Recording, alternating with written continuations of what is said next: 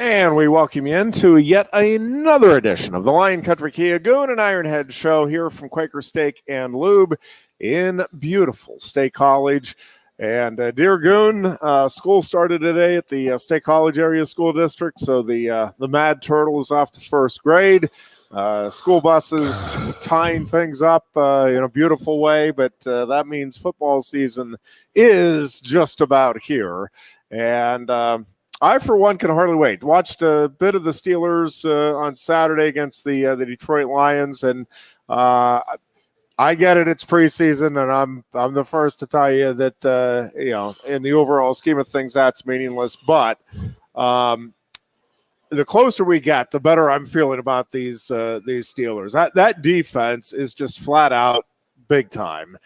And, as always, it's going to come down to Big Ben and, can he stay healthy and upright throughout the at least the majority of the season and be available, for terrific play in the postseason. That's certainly the straw that still stirs the Steelers' drink on the offensive side of the ball. But, man, the big concern for me, and it's still – if you're asking me what the biggest concern about the Steelers going into the season, it's still the offensive line. But, man, I do like the way those guys are producing to this point, both with Roethlisberger and Rudolph in there. Time has not been an issue, and I think the running game is going to be good. I don't know that it's going to be dominant. I don't know if it's going to be a top 5 rushing game in the NFL, but I don't think it's going to be near the bottom where it was last year. And I think again, I think all the pieces are there. I think the Steelers organization recognizes that this is,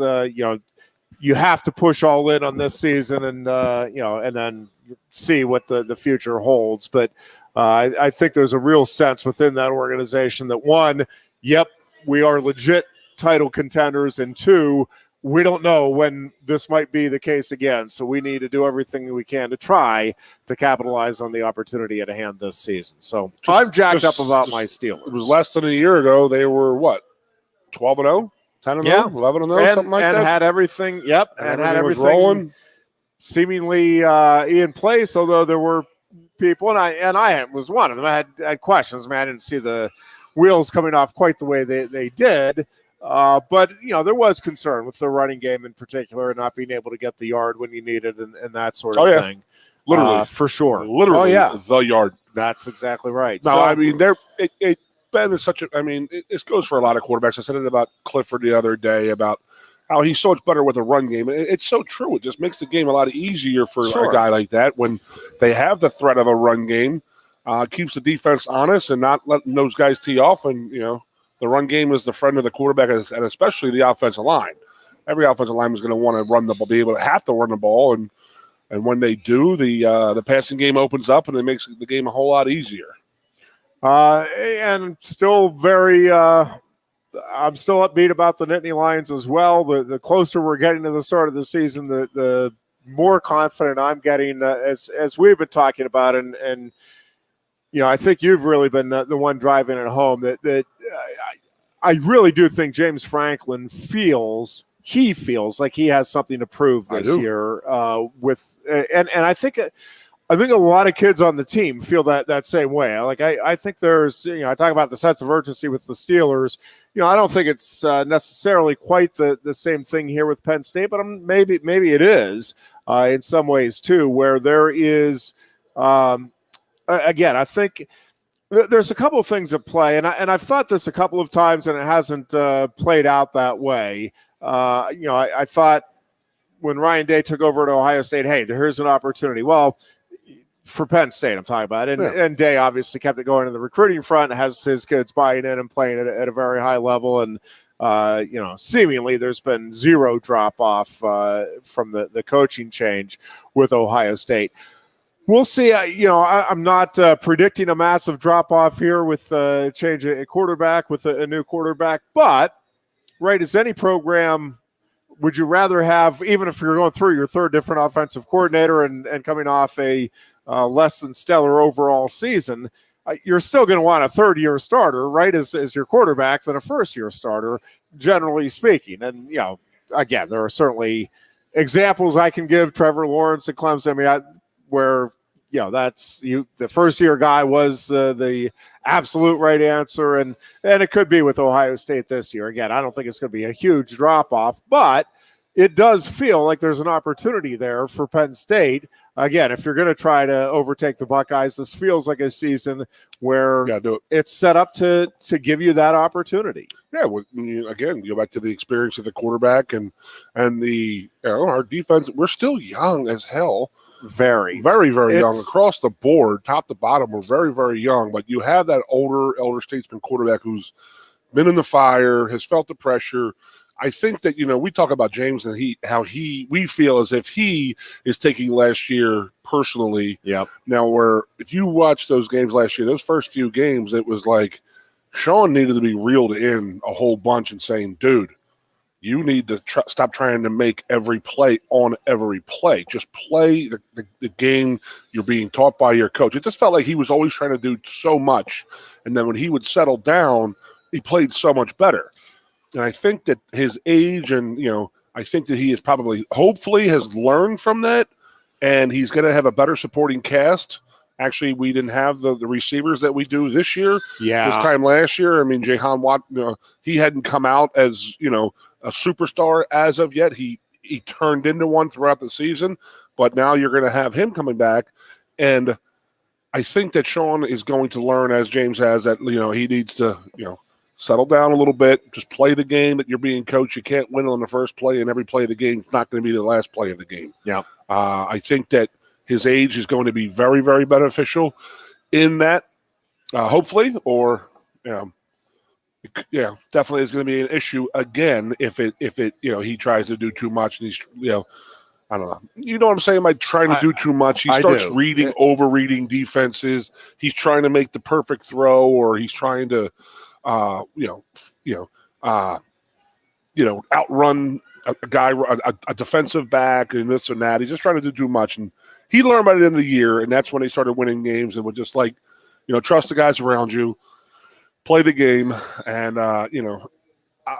it's the OC that I'm looking at right now, and that is going to be such a huge, huge difference. We know this is his third one in 4 years. I was so excited about it last year too. Yep. I really was, and for whatever reason, it clearly did not didn't click, gel the way you wanted it to, and they were certainly better as the season progressed, and that's what you wanted, and all of that. But the fact that they moved on as quickly as they did, I mean, there was something there. He's got a quick hook, doesn't he? Well, again, I think you have to trust that he's reading the situation. I mean, we've talked about this before, that there is, I worry that too often in today's and society in general, but in the sports world, you're not patient enough, right? The five-star recruit that doesn't make a splash in those first couple of games of his freshman season, well, that's okay. He may still be figuring things out. Like not everything has to be immediate gratification. Yes. But the other side of that is sometimes you just know, right? And again, I have no idea, and I haven't heard even whispers. I mean, I don't know if you have, and I'm not looking to dig anything up, but I mean, it could be just a personality, for whatever reason.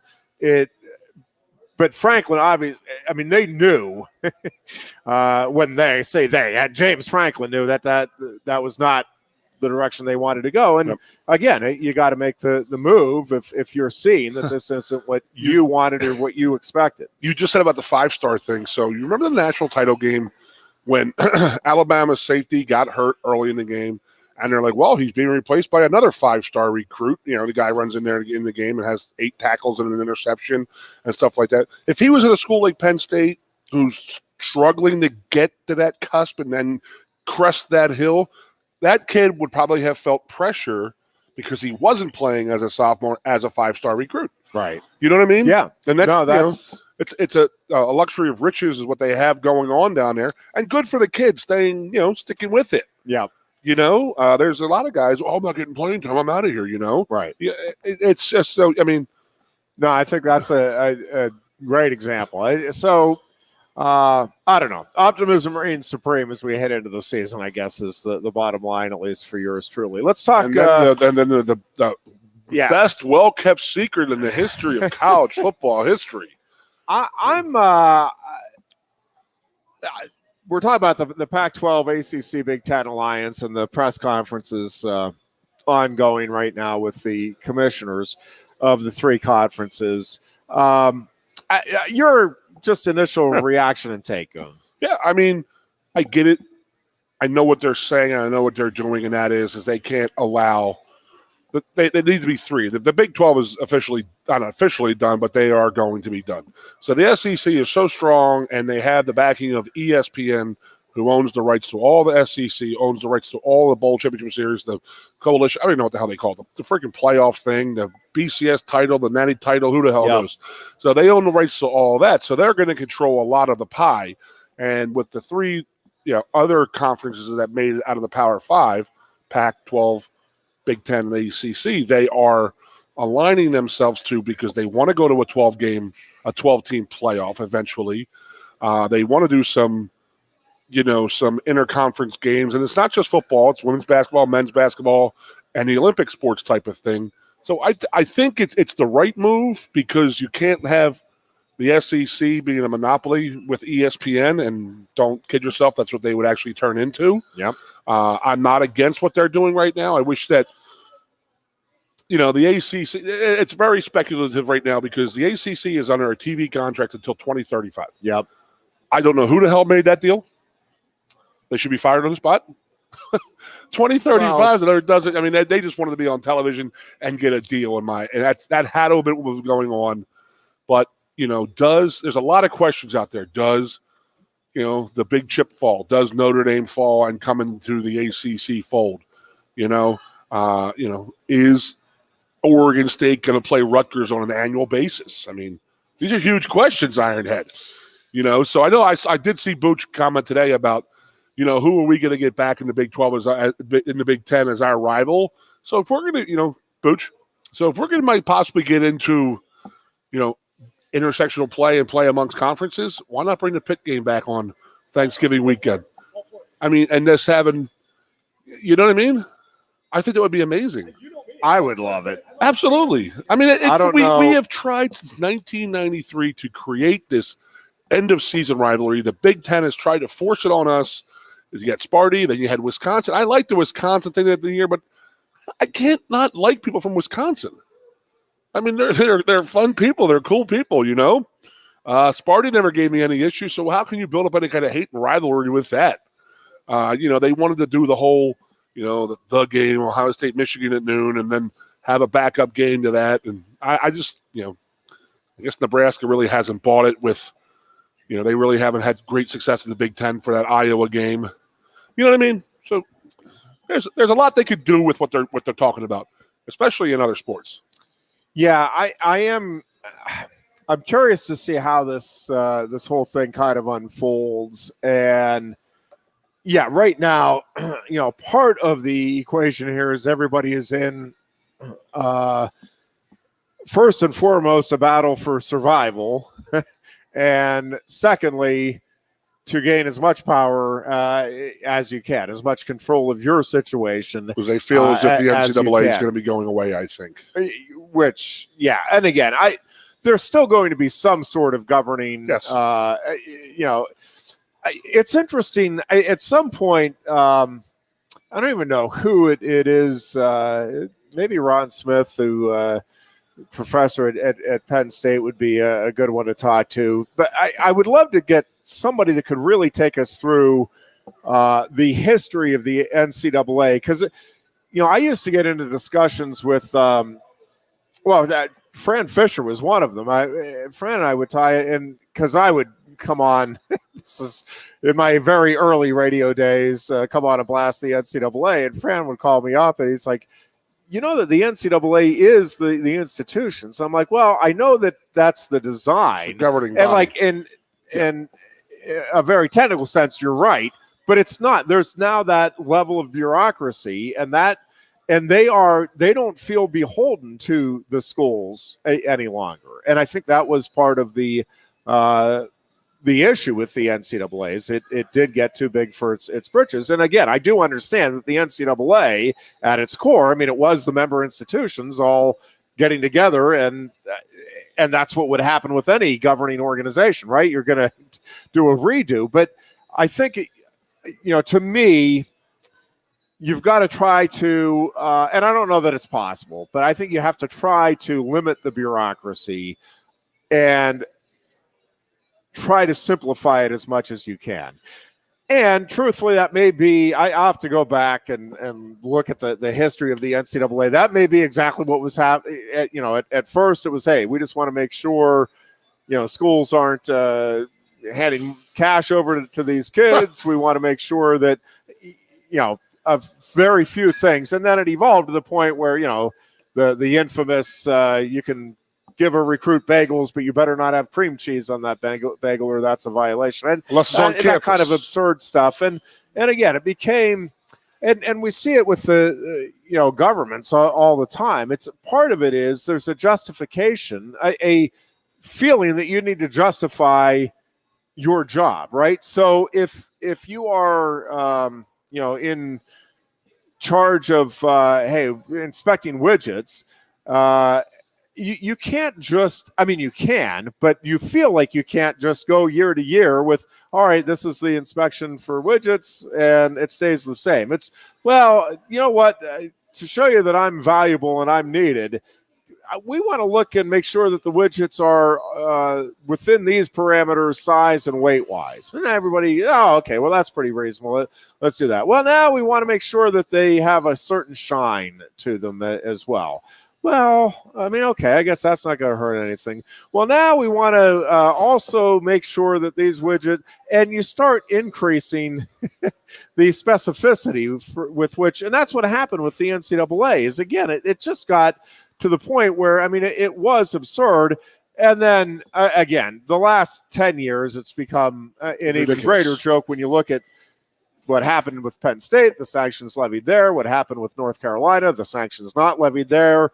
The similar cases with Michigan State, except in my opinion, clearly more egregious in terms of a university. It was their college athletes at Ohio State, Michigan State that were getting abused, not kids off campus that weren't related to the university directly. And the NCAA, again, very, very quiet. That was the thing. That was what I will be interested to see is how whatever the new governing agency is, and it may be a reformed, wildly reformed NCAA, but it'll be in name only. But what are the parameters as far as, okay, you guys can, yes, we're going to set this up so that you look at this, and this, and that's it. At the end of the day, we're not adding to the list of things that, and how effective that can be. Because, again, it's an ever-evolving world, right? Sports changes. We've had, it's any number of issues that you might not think of. 50 years ago, they weren't thinking about steroids, right? And the possibility of that. Well, there's going to be other things coming along here that we're not even thinking of. Golf is having to constantly take a look at the equipment issues. Race car driving, same thing. It's like this is an organization that has always been money driven. Okay, so they have the biggest thing they have ever done is the NCAA. They were a protective organization to start. I believe it was around the Teddy Roosevelt era when guys were dying playing football, and I believe that they started having an organization to oversee this type of thing. I think that may be where the NCAA comes from. I don't know. Don't quote me on that. But it happened in the early 80s with the NCAA basketball tournament. And they realized, holy crap, we can go 64 teams here and have March Madness. We could do all that, and they make $4 billion on it nowadays. Yeah. But to be so money-driven because of people that are paying you that you don't do this, and you do this for every sport that you're involved. Every level, every sport has a end-of-season tournament, conference title, national title, whatever, except for the main sport, and that is football. Because you will not go against the power brokers who own the bowl games, the Orange Bowl, the Citrus Bowl, the Sugar Bowl, whatever. And you're making $4 billion, and then you know that you're making money, but you don't have the you-know-whats to go up against some big money people who are paying your bills to create. And again, as I said, at every level, Division III, II, 1AA, football, and every other sport has a national title or conference or tournament at the end of the year. except for the main sport in football. And I just will never understand why they would never do it. I just don't. And it obviously is sour grapes in my world for sure, but I would love an explanation. I mean, we've talked too much about 10 years ago, the overstretch of what they did to us, but how little they did to North Carolina. I mean, I talked about it this weekend when I had some friends up. I mean, they completely lowered the boom on us with a non-educational, non-school thing, and they're supposed to be monitoring that. And then North Carolina is actually having fake classes. Yep. And they get away with scot-free with no problem because they said that regular students could take those same classes. I mean, the hypocrisy is just unbelievable. And then even up to 2 weeks ago, the Baylor thing. I mean, guys lost careers over that. Sean Oakman was accused by 2 different women down there of inappropriate actions. He's been acquitted on both ones. He has never spent a day in the NFL on an active NFL roster. Yep. And that is a guy who had the NFL. I mean, I'm not going to say he was a good person because I've only ever heard bad stories about the guy up here. He was in trouble a lot. So, but the fact that he was acquitted of both of those, no charges were ever levied. Yeah. He was found not guilty in the incident, but he has never played a day in the NFL because of that. And they fined Baylor $5,000. Lowered the boom on him. They did. Man, they had to call a lot of boosters to get that money raised up. Ironhead. Yeah. Yep. They had to call somebody about a parking pass and say, "Okay, you got to pay your money this month." Unbelievable. My Lord, my Lord, my Lord. Let's hit a break, Bubba. Yeah, let's take a break. When we come back, I want to talk about Ricky Slater and the news over the weekend there. Also want to talk a little bit more about this alliance and some of the issues involved here and the ever-evolving world of college athletics and what that future may end up looking like. We'll be back with more of the Lion Country Kia Goon and Ironhead show after this. Lion Country Kia is offering exceptional deals on your new Kia during Kia's Command the Season event. We have a nice selection on the 2021 Kia Sportage with various options and prices as low as $26,800, saving you $3,000. Or if you demand big power and towing capacity, slip into one of the 2021 Kia Sorrentos available on our lot, starting at $32,680. Discover why Kia drivers throughout the area come to Lion Country Kia or visit online at lioncountrykia.com. Quaker Steak and Lube is throwing open the garage doors and setting up the umbrellas. It's patio season. Come enjoy great food, drinks, and fun in the sun. There's always something happening at Quaker Steak and Lube, but we're really amping up our event calendars for our favorite time of year. Visit thelube.com to find out what's happening at your local lube this season. Lunch, happy hour, dinner, or late night, indoors or outside, at Quaker Steak and Lube, you'll always find big flavors, friendly faces, and lots of fun. Hi, Johnny Broom here. If you're in the market for a new Hyundai or a pre-owned car, truck, van, or SUV, nobody beats a Blaze Alexander deal. But don't take my word for it. Hey, Goon says tell him Johnny sent you. Hey, tell him Johnny sent ya. Tell him Johnny sent you. Wait, tell him Juan or tell him Johnny sent you? Tell him Johnny sent you. Here at Bill Pickles Tap Room, we say, tell him Johnny sent you. And remember, tell him Johnny sent you.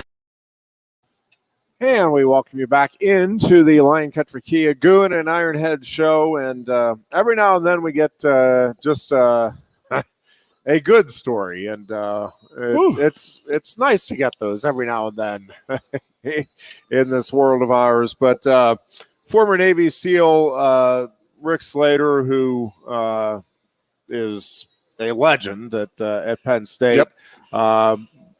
Pretty neat situation over the weekend, and I know you have a lot of thoughts, so I'll give you the floor on it. Well, yeah, we had Rick had played here right after I got done. He was 11 years in the Navy. He graduated high school in 85, did 11 years Navy. 9 of those were active Navy SEAL. So he came to Penn State as a 28-year-old in 1996 or 7 and played 4 years for the football program and stuff like that. I always say he was never a great football player and was never going to be a starter or any of that, but he was a team he did everything with the team, for the team. He he kept that like SEAL mentality amongst our guys, in my opinion, about team growth and chemistry and stuff like that. So just an unbelievable story. A lot of guys who played in those years absolutely love him to death, and a lot of those guys came up here this past weekend. Long story short, at 9/11, he was in Brazil. He was training to be an MMA fighter. He left the Penn State football program in 2001. And then he joined the Penn State boxing team and became the heavyweight national title winner in 2001. So the guy's just an absolute stud.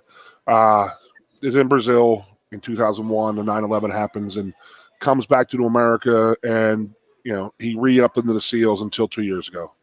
So he's over 20 years active duty. And that's not easy work what they were doing physically out there, mentally, and stuff like that. So a lot of people are in his corner, and I got to give I will take my hat off 1,000,000% to Justin Krupakis. And he said, they're opening up a veterans center on campus, and this was back in 2019 that they started doing this, and we started raising money for it in 2019, and the money was all raised, but then COVID happened, so we've had to wait over a year and a half to get the room dedicated to Rick.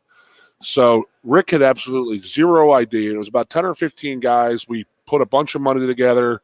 It was a pretty good number to get a name room for you at Penn State. So got a lot of us put some money in together and got the money all raised up, for the direct reason for the Rick Slater Hawks Nest, which is a room in the building in the Penn State, the new Rittenauer building, which is now the Student Veterans Organization. Yeah. So one of the main rooms in there is named after Rick. And so long story short, on Saturday, the dedication was Saturday in the room. There was about 50 guys up there.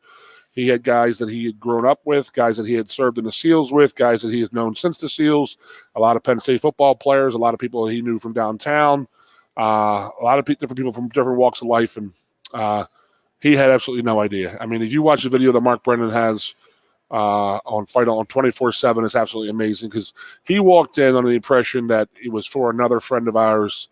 And he walked in, and you could see him looking at the little window where it said, "Welcome to the Hawks Nest, Rick Hawk Slater, our teammate and friend." And you see him looking at it, and then Justin Krupakis gave an absolutely beautiful, emotional speech about how much we love him and stuff like that. And Rick was absolutely, completely floored by it, had absolutely no idea. So my opinions of Rick, and that is that I laughed my ass off the other day when I found out Justin called Friday, and I say, "How's Hawk doing?" He goes, "Well, he's at Men's Warehouse right now."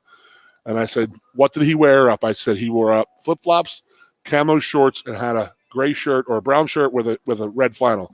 And he goes, "Yep." And he goes, Justin was like, "Hey man, you can't wear that to this dedication here. We told him it was for Captain McCumbie's son, so he was coming up for it." And Justin said, "Hey man, you can't dress like that for this." So Justin knew it was, he needed to be a little bit more dressed up for the occasion. So he comes in, I did not know that he had torn his Achilles within the last month. So he's in a walking boot. So he comes limping in jeans, and he had a shirt and tie on at that time, and it was just it was awesome to do, awesome to be involved with, because he is such a good man, and we owe him so much. But I spent a whole weekend with a bunch of guys that he was in the military with, and how much they love him. I heard a couple great nicknames. I mean, just not nicknames. I heard a couple great sayings, and that is, the one guy said, "Well, Rick, he's harder than a woodpecker's lips."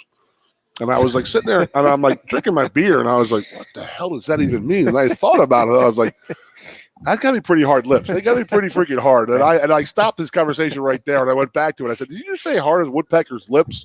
And he goes, "Yeah, he's the hardest of the hard." And I say, "That's freaking pretty good, man." So great to see him. Great to see a lot of guys that who came and played football with him here. A lot of guys I met from the teams and stuff like that, and those guys. It was just a very, very, at times, was very emotional for everybody because of what was going on in the world right now.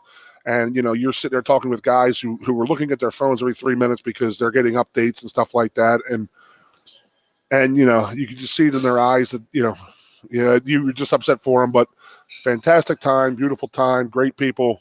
I got a lot of people need to be thanked for it.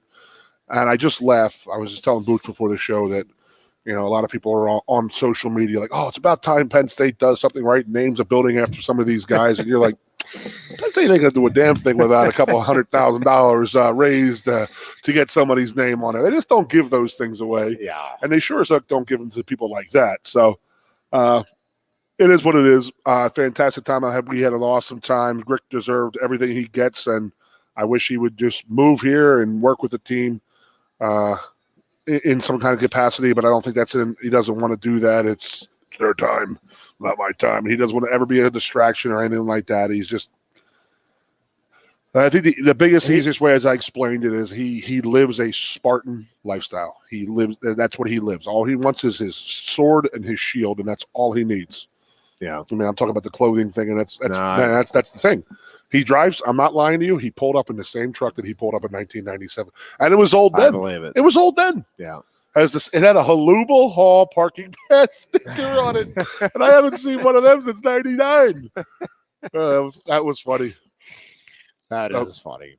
Yeah, great time, great people all to be involved with. And we went down, had a little post party downtown, and them boys let it go. They let it rip pretty good, man. We all felt a little slow on Sunday, if you know what I mean. That's just, from top to bottom. But good to be involved with. I'm glad I did what I could to help him out. No, it's very get it out there. And then, like Justin said in the video, he goes, the rest, as long as Penn State here and this building is here, your name will be here remembered forever. So that felt pretty damn good. Yeah. It is going to be interesting moving over to the Big Ten, ACC, Pac-12 thing again. It is going to be interesting to see how all of this kind of shakes out in terms of conference alignment and then what those affiliations ultimately are and how the scheduling across the board, but in particular with football and basketball, does ultimately work out here. And what I am one of those that I like seeing the different matchups, and for as much as I do love the Penn State Pitt rivalry, again, if you pin me down with only 3 games to work with the non-conference schedule in football, if you put Pitt on there again, you're really limiting any other opportunity to see. For me, the heyday of Penn State football was the 80s, not just because of it. Penn State had some really good teams, but it was because you were playing the Notre Dames and the Alabamas and the Nebraskas. Syracuse, West Virginia, awesome. Temple, Boston College, Eastern. So I'm going to back you up here a little bit. Yep. So do you think all 3 games will be against those 2 conferences?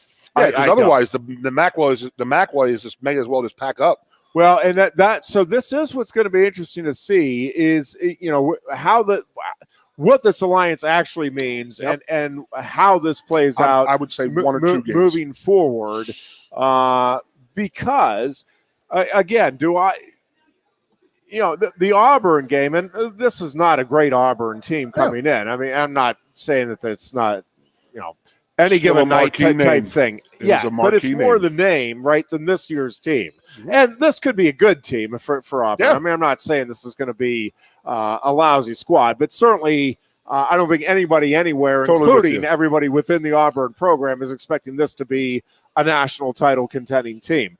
I think there are Penn State folks that think this could be that type of team for Penn State.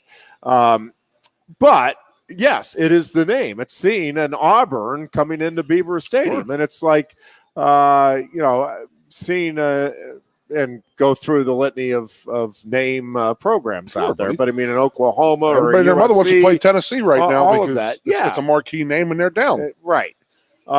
So, how the Big Ten ACC challenge in basketball has been fun, right? Because they try to get the teams somewhat evenly matched. It's one of the things that is so difficult to do in football. That's one of the things, and I heard 0 of the press conference, so I don't even know if this was addressed or talked about at all. Nothing like that was even, they said, we will go over that in the future. This is just announcing the alignment. And I'm just telling you what I would like to see. I don't know all of the logistics involved. I've never liked. Let me start with this. What I'm hoping this leads to is an ability to get more marquee matchups during each upcoming season.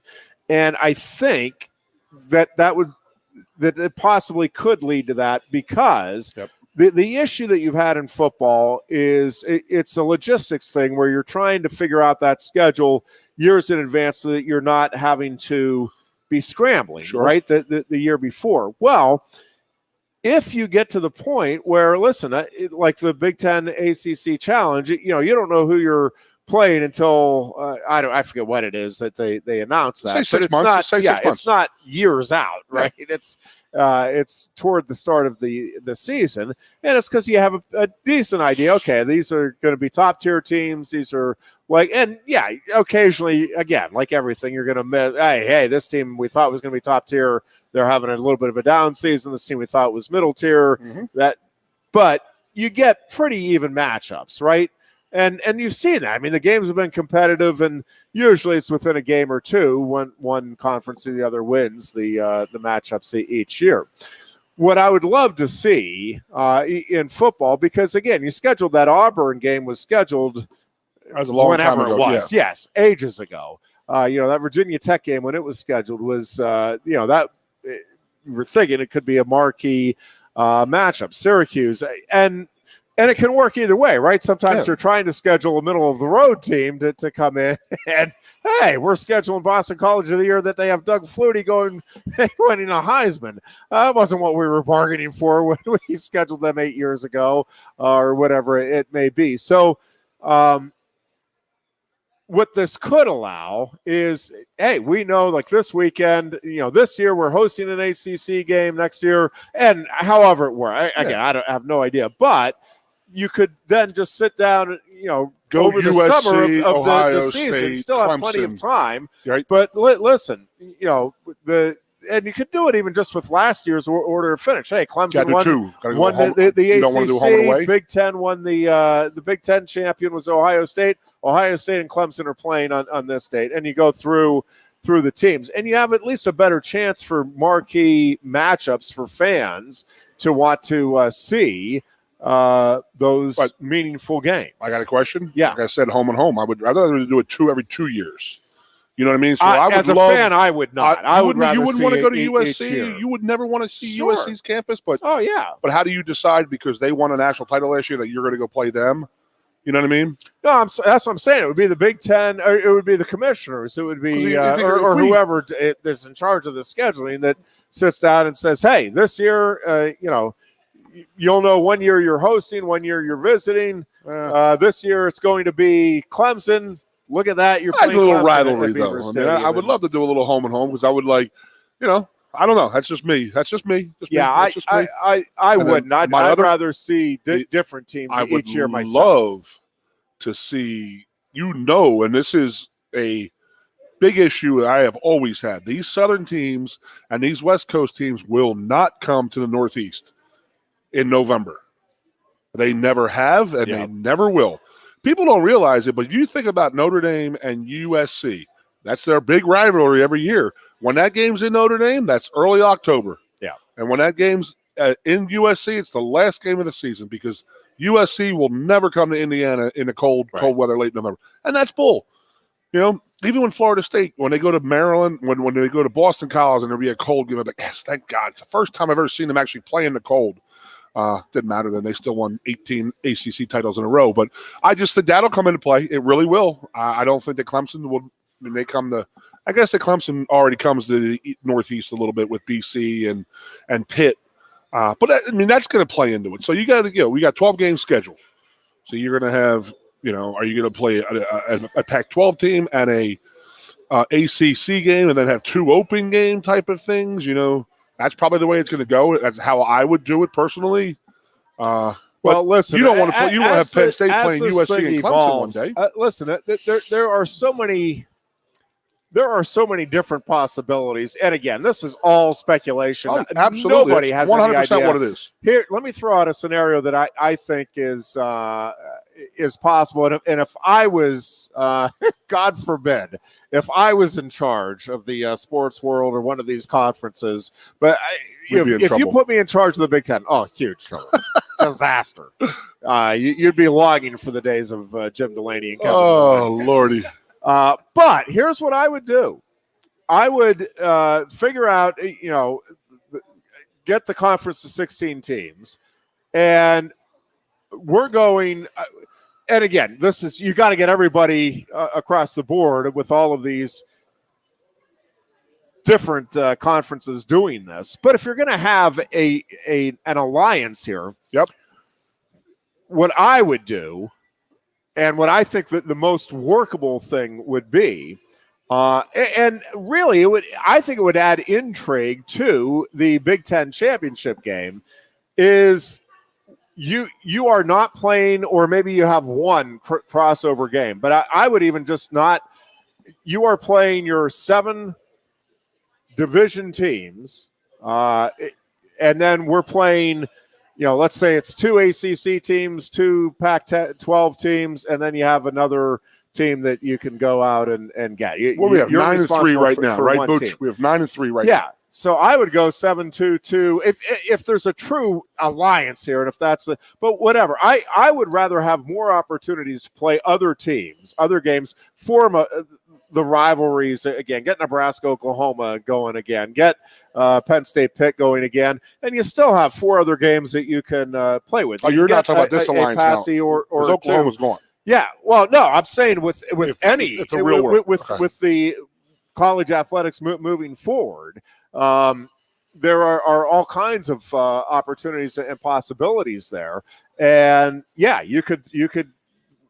I don't know what the interest of either of those schools are with Oklahoma and Nebraska, but again, for old time fans, but love to see those. I would love to see Colorado and Nebraska come back. But what the hell of a game! Yeah, I was for several years there. It was must see TV for college football fans. But if you went to 7 conference games and then you only saw the other one time, right? You saw the other division in that championship game, or maybe you have a weekend set aside for again the crossover games where you have the championship game and then you have the second through 8 teams in each division play that final. What if they call it the BYU ACC rule or App State, and they just say, you know what, we did it last year in 2020. We got a game 6 days before. Yeah, why not? I mean, it would suck for as a fan or a visiting fan or to plan ahead and stuff like that. But hey, it is what it is. There's a lot we could do here, and it's just like You're right. I don't like. There's 3 here. I mean, you know what it reminds me of?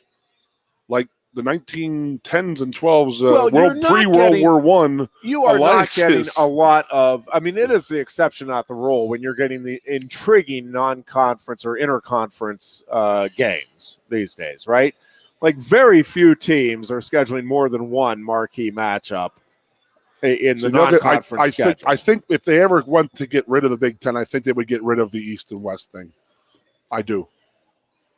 That's if they would just go to playing 7 Big Ten teams, I think they would get, instead of just, they're going to want some bigger marquee matchups throughout the year. And, if you're saying, you're going to play 7 Big Ten teams, so you play the 6 regular in your conference, and then you have 1 extra outside. So that means a group of 5 guys who come to Penn State for 5 years may never play Wisconsin, may never play in Iowa, may never play on Nebraska, and that sucks.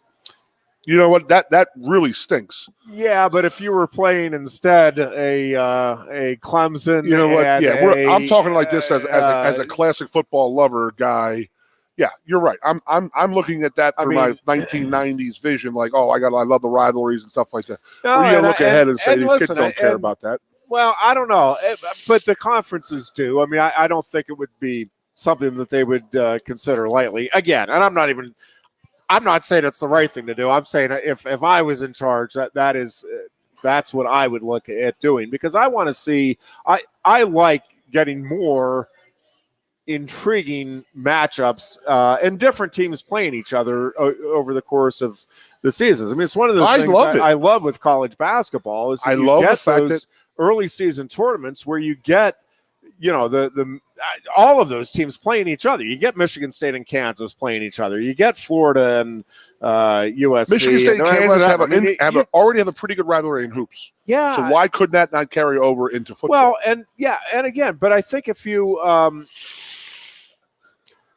again, as a fan, we have a lot to talk about on the radio show for the next 5 years. Well, yeah, but I would like to see Penn State, and I'm not saying all 5 of these non-conference games or interconference games have to be marquee matchups, right? Like you still need a game or two that you feel at least pretty confident and comfortable if you're Penn State or Ohio State or Alabama, that we can try to schedule a W and get the collection for the home gate.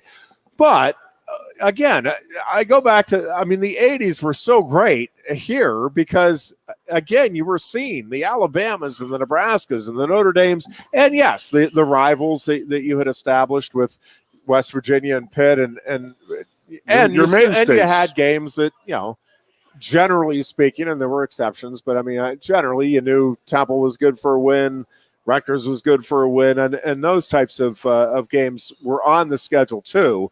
But it was fun because you were seeing, and when Rich Lorenzo took over the wrestling program, it was great because Penn State was wrestling Iowa and Oklahoma State, and not just the Eastern Powers and maybe the occasional a Michigan or a Big Ten school would come in here, but it changed. Well, if over the course of a 5-year period, and you might not know exactly which teams are going to be coming in, but you're going to be seeing either Alabama or Clemson and again, if it's however it shakes out, if it's just the Pac-12 and the ACC, even there, if over a 5-year period, you're pretty confident you're going to see a Clemson or a Florida State and a USC or a Washington. That adds some juice, right, to your schedule and to the fans being intrigued. And, I think,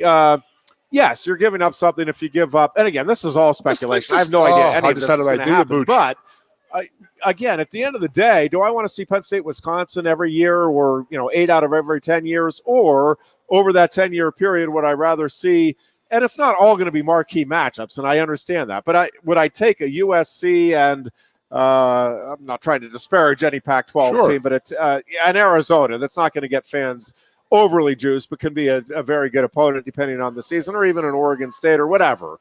But, to see a USC and a Clemson and a Florida State and a North Carolina in with, again, whatever I'm just speaking for me. I would rather see that and that type of variety than Wisconsin and Iowa every year. And it's a trade-off. I'm not, because those Wisconsin-Iowa games are, going out to Kinnick has been an amazing experience. Tough place to play. And Pigs Heads. So I don't know. I don't know how. I got one for you. How about this? And I don't know how it should shake out. How about this? What about the NCAA? If they could have this like football scheduling announcement evening, like the night before the Super Bowl or the Saturday night. Or I'm sorry, that'd be too early. But just say, well, I guess you could do it the Super Bowl week because that's in February, and But what about like the Sunday after the big Final Four plays on Saturday? You got Sunday off, then you got Monday night. Wouldn't it be pretty damn cool watching some kind of event where they have, here's week 1 schedule, here's week 2. We got Florida State going out to Oregon State. We're going to have Miami playing Minnesota in November. Just like that type of thing going through it. There's a lot we could do with this, and a lot of us to talk about it. Buddy. No, for sure. And I think there's opportunities we've talked about the rest. Iowa and Oklahoma State did the football stadium wrestling match. If you are proactive and you're looking for ways to, you can join with other powerful hockey schools to figure out weekends where you can work around other things. And listen, if you're smart right now, right, because all of this is about trying to cash in and figure out the best way to keep the entertainment dollars coming in. And again, it's not just for the school. It's to help continue to feed the student athletes and the scholarships and the opportunities there. But listen, I think you have to start looking at bringing in the entire sports landscape. I think you're going to start seeing more and more. Hey, let's see how we can do these joint ventures and expand our horizons and figure out what other opportunities we can create for ourselves. So, looking to combine, an NBA weekend with a couple of college teams. Yes. Looking to combine an NHL weekend with a couple of college teams. Looking to combine, college wrestling. It would be smart to start. Hey, let's get. And I'm just throwing stuff out now, but Sure. Let's get Penn State, Iowa at Madison Square Garden the night before or after, or maybe the afternoon before an MMA fight that features a former wrestler. Two of the most fantastic weekends I ever had as a Penn State fan was I went to New York City. I watched Penn State basketball in the afternoon. Yeah. Went out, had an absolute blast of an afternoon happy hour, and then 8:30 at night we went to a Penn State Michigan hockey game. Last year or 3 years ago, 2019, I believe it was, Penn State, Iowa at the Palestra. Penn State, Iowa at First Union Center down there. Wouldn't that not be Wachovia, whatever the hell they call it now? Yeah. Wouldn't that be amazing? Yeah. You're down there. Go. Oh, yeah. Let's roll with it, man. Yeah. I mean, that would be fantastic. And I think, again, it's going to – I'm curious to see – The two big things that I think everybody is trying to figure out right now is what does the governance here of college athletics look like? Who's handling it, and what are the parameters? What are the guidelines that can be set up? And can you have the other interesting thing to me about this is you have these three conferences in the SEC. If the NCAA, as we're expecting it, does completely disintegrate, is everybody going to necessarily be playing under the same rules, or does the SEC say, "Hey, we're good. We'll take care of ourselves. This is what we're doing"? Why wouldn't you? And so now, how does that affect what each other are doing, right? Because there may be, the SEC may say, listen, there are no caps. You can come down and do whatever. Well, how much of a recruiting advantage is it if you put, and I'm making up, again, I don't know if the caps are even under consideration, but whatever guidelines are going to be put in place, and there are going to be some guidelines, right? Hopefully. For eligibility and for all of that. But if it's different in the SEC, and again, at the end of the day, if you're making a power play, do these three conferences get together and say, listen, that's fine, but you can go play your own self. We're going to have our own playoff. And again, I'm saying if this evolves and escalates down the road, this is nothing that's immediate, and I'm not anticipating or suggesting that there will be these types of problems. But if it does come to it and there's a power play, right? These conferences could get together and say, listen, screw it. We're out. We're doing our own system. You go have fun with yourself. And from a recruiting standpoint, that then becomes a tough sell. Even if you say we're the Premier League, if you're only playing your other SEC schools for your national championship, right? I mean, so there's a lot of things that still need to be worked out. And I'm going to be very curious to see how this alliance plays out and what the relationship is with the SEC and whatever remains of the Big 12 and how that gets divvied up here as well. Because we keep talking about college athletics is going to look very different in 10 years. I just don't know exactly in what ways and to what degree it is going to look different. And nobody does. I mean, that's what everybody's trying to figure out right now. And that's why the Big 12 alliance is occurring. The Big 12 is completely blown up football-wise, in my opinion. But they still have a hell of a basketball program. You know? Yep. I mean, you just can't, forget about all that. Yeah. I mean, you can't let Oklahoma State's wrestling just go to die. Right. You know? I mean, there's a lot. I mean, again, this is just the first what? The second, I guess the SEC taking Oklahoma and Texas was the first brick. So. Yeah, Let's talk playoff about, expansion will be happening, and for that, I am grateful. I think that's been way too long coming. My preference all along has been 16. I have a lot of my friends say that's way too many. They like it the way it is.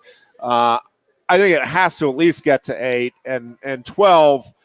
Even though I would advocate for 16, 12 is that to me seems like a very good, doable situation. I know I said this earlier, but I played USC 3 times in my 5 years here.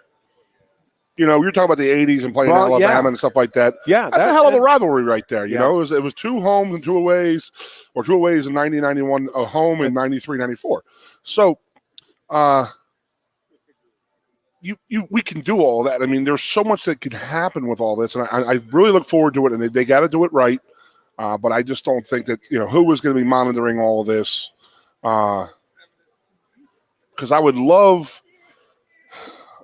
I love the fact that we have all. I mean, I'm going back. I'm just repeat what I'm saying earlier. But there's just so much that can go on right now. And my mind is just going crazy right now with like the different, having like I'm going back to. I want to say this. Like if we have 2 against PAC, 2 against ACC, we're not having a MAC team.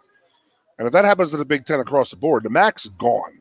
The MAC may as well try and look at joining the Big 12 here, and you know what I mean? I don't know. I mean, take some of the Pac-12 or SEC, or I'm sorry, the Big 12 teams out that we want. We want Kansas. We want Iowa State. How about that? Iowa State's a bigger program than Nebraska right now. Who would have thought that 20 years ago? But there's others. I would like West Virginia. I love Texas Tech. I mean, but I go back to what you said. And that's the big man in the building down there in the middle of Florida and Central and South Florida. They can join the ACC and become part of this whole thing here. But like I said, these guys joining alliances right now, it just reminds me of, the powder keg that was the 1910s and early 1900s before World War I.